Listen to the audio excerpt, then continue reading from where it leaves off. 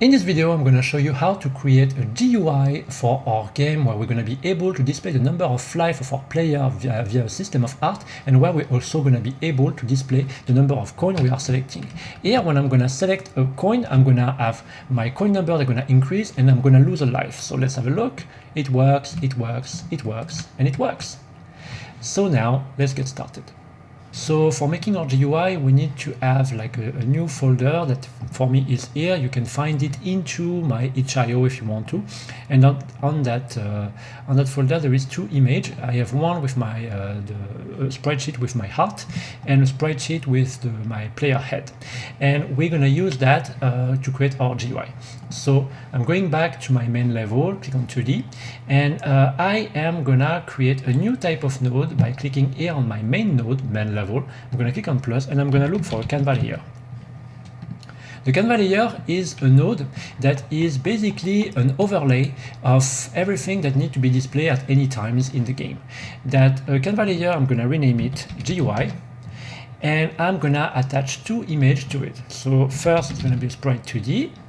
That sprite 2D, I'm gonna rename it heart, and I'm gonna just drag my art sprite sheet here. You can see that nice display right here.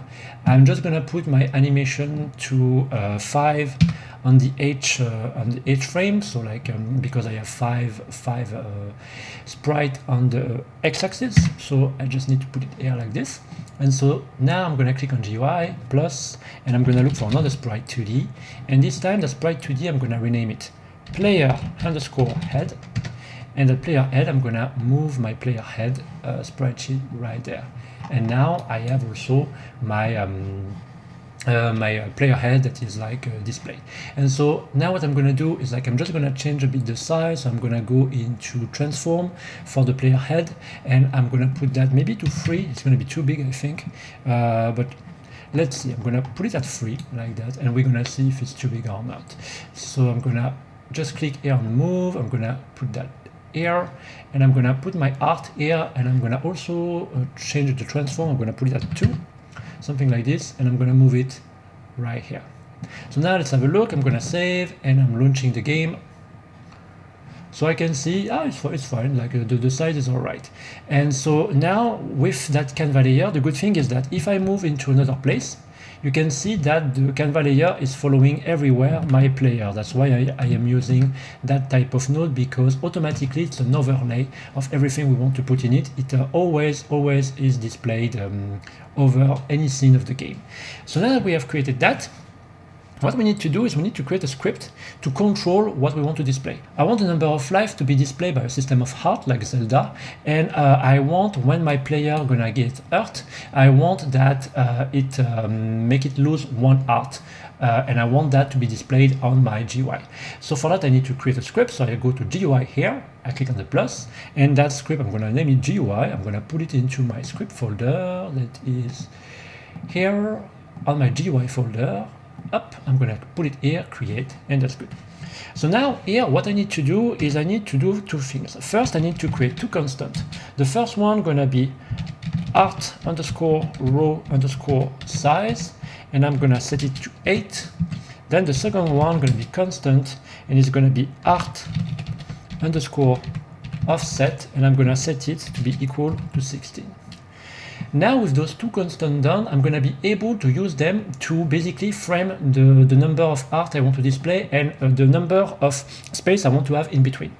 Now in the ready function, we're going to be in need to create a for loop. And for creating a for loop in Godot, you need to do for I in, and this time we need to go to our player data. Player data dot, I don't know if I have like created a system of like life. Let's see, yes, elf, it's here. Okay, so on GUI I need to do player data elf like this, and then here I need to create first a new variable that I'm gonna call new heart, and I'm gonna set it equal to sprite 2d dot new. And then on that new art, I'm going to be in need to create a new texture. So I'm going to say new art.texture. And here I'm going to get back the player head, the player heart that we have here. And so for that, I just need to do art.texture, but I need to put a $sign because I need to make a reference to the fact that it is a node that already exists in my GUI. And then I need to also put an horizontal frame. So here I need to say new art.hFrame. hFrame. Here I'm making reference to my art hFrame. That's what I'm making reference to in that lines of code here. And here I need to set it equal to $art.hFrame, like this. And so now I can do $heart.addChild, and between parentheses I can get my new variable that I've created, new heart.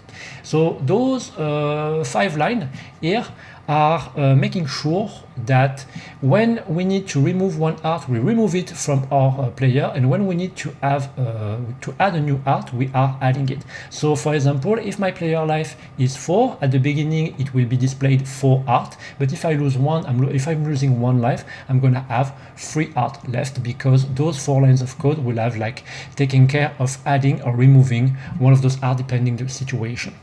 So now we need to, this is only loaded when we are loading the game, because the function already is loading everything only once when we are starting the game. So now we need to have a way to check how everything is doing regularly, because we need to update the game when we are losing 1 life. So for that we're going to move into the process delta function right there, and here we're gonna first create a for loop, another for loop, and here we're gonna say for art in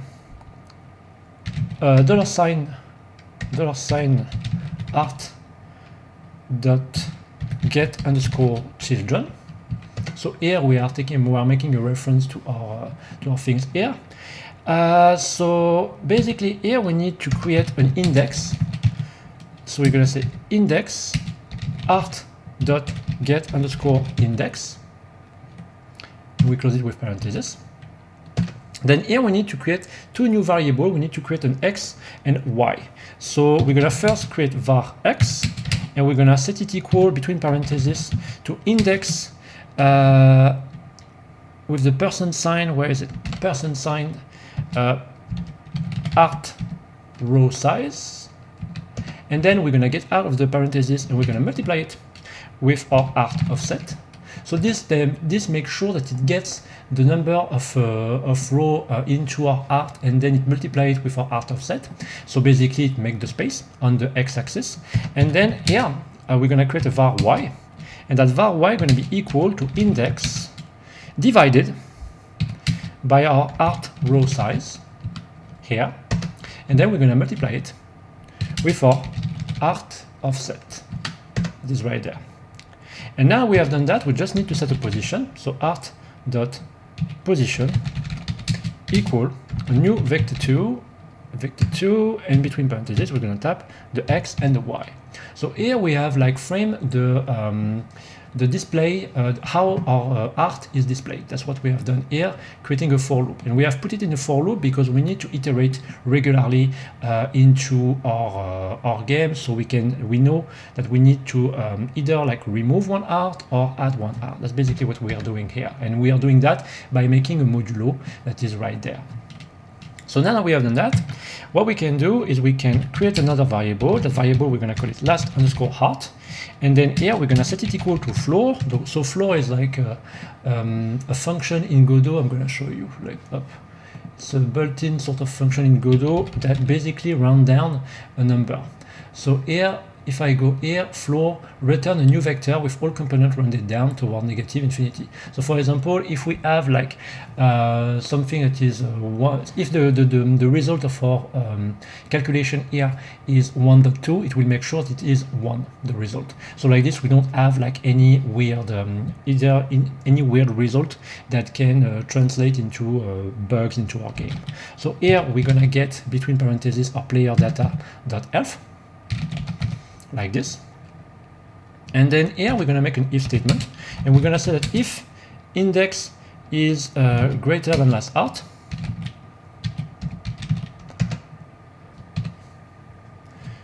we're gonna say art dot frame is equal to 0. And I just need to re-indent. I just need to indent things nicely into the loop, because right now it is not into the loop, so that's why I have an error. And so now what we can do is like we're gonna say that if index is equal to last art, so then here what we can say is we can say that our art dot frame is equal to parenthesis our player data dot elf minus last art multiplied by 4. And then here what we're going to do is we're going to say if index is smaller than last art, then here we're going to set our art dot frame to be equal to 4. And so with that done, we have the basic for making our player elf. So now I just need to go to player data. My elf is on 4. Okay, so now let's see. I'm gonna play the game, and I'm gonna see how much art I'm gonna have. So let's have a look. You can see that I have 4 art now that are displayed, and there is like 16 pixels in between each. And so now if I come here, I'm gonna, because on the last video, I have set up the coin to be making me lose 1 life, because like this, I can already make the damage system. So here, when I'm gonna collect the coin, I'm gonna have 1 life that's gonna be removed. You can see voila. And the way I've done it is like, I'm using the black art to show that we have lose 1 life. And so here, I can come, and then here I'm gonna die, and it's gonna reset my my life. So that's perfect. So this is for the player system, player life system. And so now we need to also add to our GUI the number of coins that we have collected. So for that, we need to create our icon. So here on GUI, I'm gonna come here, I'm gonna create a new sprite 2D like this, and that sprite 2D I'm gonna call it coin. And I'm gonna also create a label. So here I'm gonna click on GUI, I'm gonna add label, and that label I'm gonna call it coin underscore number. And so now in the coin, I need to go back to my interactable sprite sheet, like not the script, like the my sprite here. So I need to come here, coin. I'm gonna drag my texture here, come back to my 2D scene. On animation, I'm gonna put 1, 2, 3, 4, 5, 6, 7, 8. So here I'm gonna put 8, and I'm gonna also just reduce a little bit the size. So I'm gonna put it at 0.7. I think 0.7 will be good. Yep. So now I can take that image here and I can put it around here, and then I can get my label and I can put it around here. So first, let's see how it displayed.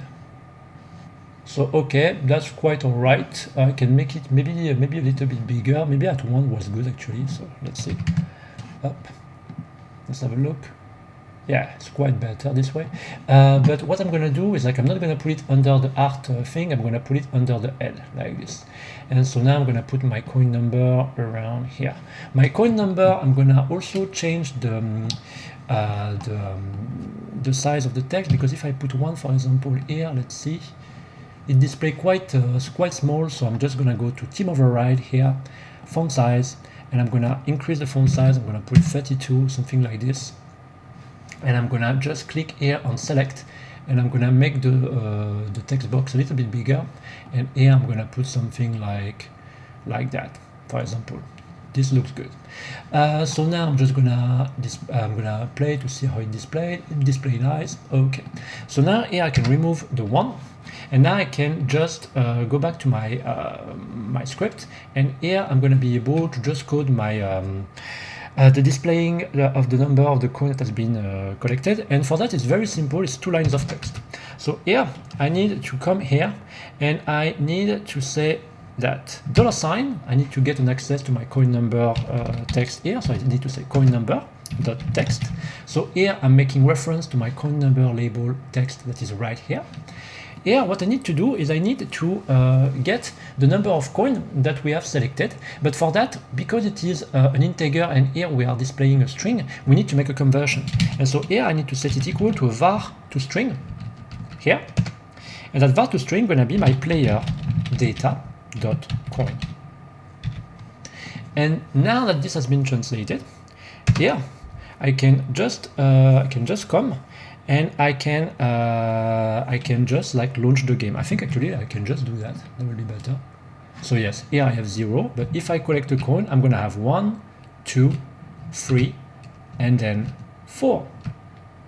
And that's it. And you can see that now the number of coins stay there. And this is something that we're gonna do, like when we're gonna die, we're gonna reset the number of coins that we have selected. But here, basically, we have created the basic of making GUI for our RPG. And I hope that video has been clear, because like that's a bit of a complex thing to show, but I think I've made like I've explained that the best way I was able to.